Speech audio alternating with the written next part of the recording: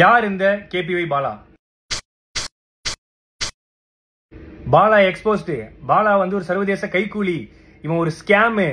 இவன் மாட்டோன்னு நினைச்சா வாங்கடா அடிக்கலாம்.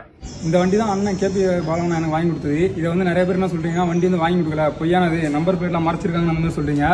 இது வண்டி ஜெப்டோ நான் தான் ஓட்டுறேன். அண்ணன் எனக்கு வாங்கி கொடுத்த வண்டி தான். எவ்வளோ வன்மம் இல்ல. சரி ஓகே, நானும் வந்து இந்த 2 நாளா சரி ஓகே இது ஓகே இது இப்ப முடியும் அப்ப முடியும்னு பாத்துட்டு இருந்தேன். ஒரே ஒரு படம் பண்ணேன். அந்த படத்துக்கு அப்புறம் இவ்வளோ வந்து ஏதாவது ஒன்று பண்ணுவாங்கன்னு எனக்கு சத்தியமா தெரியாது.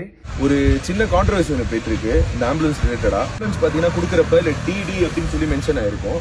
அது வந்து நாங்கள் கொடுத்த அடுத்த நாளே எங்களுக்கு தெரிய வந்துருச்சு அது வந்து டி மட்டும்தான். அன்னைக்கு பண்ண பெயிண்டிங் ரீஒர்க்னால வந்து டின்னு எக்ஸஸ் ஒன்று ஆட் ஆயிட்டுன்னு சொல்லிட்டு எஃப்சி முடிஞ்சதுனால இது நம்ம கேரேஜில் போட்டோம். அதுக்கு ரீப்ளேஸ்மெண்ட்டாக ஆம்புலன்ஸ் நம்ம கொடுத்து அது பயன்பாட்டில் இருந்துட்டு தான் இருக்கு மக்களுக்கு. அது எந்த விதமான பிரச்சனையும் எதுவுமே கிடையாது. ஸோ இந்த ஆம்புலன்ஸ்னால எவ்வளோ குழந்தைங்க பிறந்தாங்க, எவ்வளோ பேர் உபயோகம் அடைஞ்சாங்க, எவ்வளோ உதவி பண்ணுச்சுங்கிறத பற்றி யாருமே பேசவே இல்லை.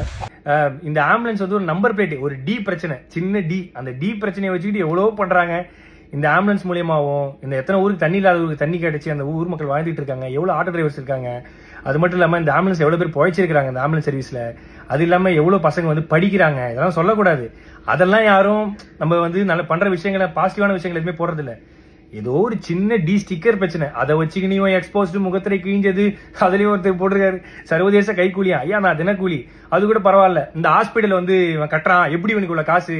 ஏங்க நான் ஈவென்ட் போறேன், நான் வந்து ஆங்கரிங் பண்றேன், நான் படம் நடிக்கிறேன், ஆட் ஷூட் பண்றேன், அதை தாண்டி நான் ஃபாரின் ஈவெண்ட்ஸ் போறேன். இதுலயும் வந்து ஒரு ஃபாரின்ல இருந்து யாரோ காசு தராங்க. யாருங்க காசு தருவா அந்த காலத்துல? என்கிட்ட ட்ரஸ்ட் கிடையாது, என்கிட்ட எந்த விதமான கிரவுண்ட் பண்ணி ஆக்டிவிட்டிஸ் பண்ற எதுவுமே கிடையாது. நான் சொந்தமா சம்பாதிக்கிறத மட்டும் தான், நான் டே நைட்டா ஓடி சம்பாதிக்கிறதா பண்றேன். அதுலயும் எப்படி ஹாஸ்பிட்டல் கட்டினா அவ்வளவு காசு வேணுமே, இவ்வளவு காசு வேணுமே? ஏங்க நான் வீடு கட்ட வேண்டிய அந்த கால் கிரவுண்ட் இடத்துல பின்னாடி அமுதவானன் ஒரு கால் கிரவுண்ட் வாங்கி அரை கிரவுண்ட்ல வீடு கட்டுற இடத்துல நான் வந்து ஒரு சின்னதா ஒரு கிளினிக் கட்டுறேன். அதுக்கு வந்து சொல்றாங்க எப்படி வந்து இவருக்கு இவ்வளவு காசு கிடைக்குது? ஏங்க இதே நான் வந்து ஒரு 1.5 கோடி ரூபாய்க்கு லக்ஸரி காரும் ஒரு அடுக்குமாடி வீடும் கட்டியிருந்தா உனக்கு எந்த பிரச்சனையும் வந்திருக்காரு நிறைய பேர் சொன்னாங்க.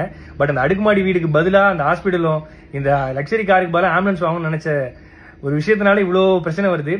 இப்போ கூட நான் வந்து எதுக்கு இந்த வீடியோ போறேன்னா, சரி ஓகே நேற்று இது முடிஞ்சிடும் நினைச்சேன். பட் இல்ல, இது வந்து முடிகிற மாதிரியே இல்ல. ஸோ அதனாலதான் வந்து ஏன்னா நம்மளுடைய பேரை வந்து மக்கள் கிட்ட கலங்கடிக்கணுங்கிற ஒரு விஷயத்துக்காக இவ்வளவு விஷயங்கள் நடந்துட்டு இருக்கு. பரவாயில்ல. இப்போ நான் ஏன் வீடியோ போட்டேன்னா, இதை பார்த்து நிறைய மக்கள் வந்து நிறைய பசங்க வந்து ஐயோ இப்பெல்லாம் பண்ண இவ்வளவு பிரச்சனை இருக்குன்னு சொல்லிட்டு பின்வாங்கிடக்கூடாது. கடைசி வரைக்கும் அவங்களால முடிஞ்ச உதவி, ஏன்னா நம்மளை பார்த்து நிறைய பேர் பண்ணிட்டு இருக்காங்க. உண்மையா வண்டி ரெஜிஸ்ட்ரேஷன் பண்ண புக்கு எல்லாமே இதெல்லாம் இருக்கு. அதுலயும் வந்து வீடியோ எடுத்து யூடியூப்ல போட்டு சம்பாதிக்கிறான். நான் வீடியோ எடுத்து இன்ஸ்டாகிராம்ல தான் போடுறேன். இன்ஸ்டாகிராம்ல போட்ட காசு கிடையாது. யூடியூப் சேனல் வச்சிருந்தா தான் காசு. என் யூடியூப் சேனல் கிடையாது. ஆனா என்னை பத்தி தப்பா பேசி யூடியூப்ல போட்டு தான் ஒரு சிலர் காசு சம்பாதிச்சிட்டு இருக்காங்க சமீபமா. சோ நான் என்ன சொல்றதுன்னு தெரியல. பாத்துக்கலாம். எவ்வளவு வன்மத்தை தாண்டி வாழ வேண்டியதா இருக்குன்னு இப்பதான் தெரியுது. பிரச்சனை இருக்குன்னு தான் நல்லது பண்றோம். ஆனா நல்லது பண்றதுல ஒரு பிரச்சனை இருக்கான்னு கேட்டா என்ன சொல்றதுன்னு தெரியல. நன்றி.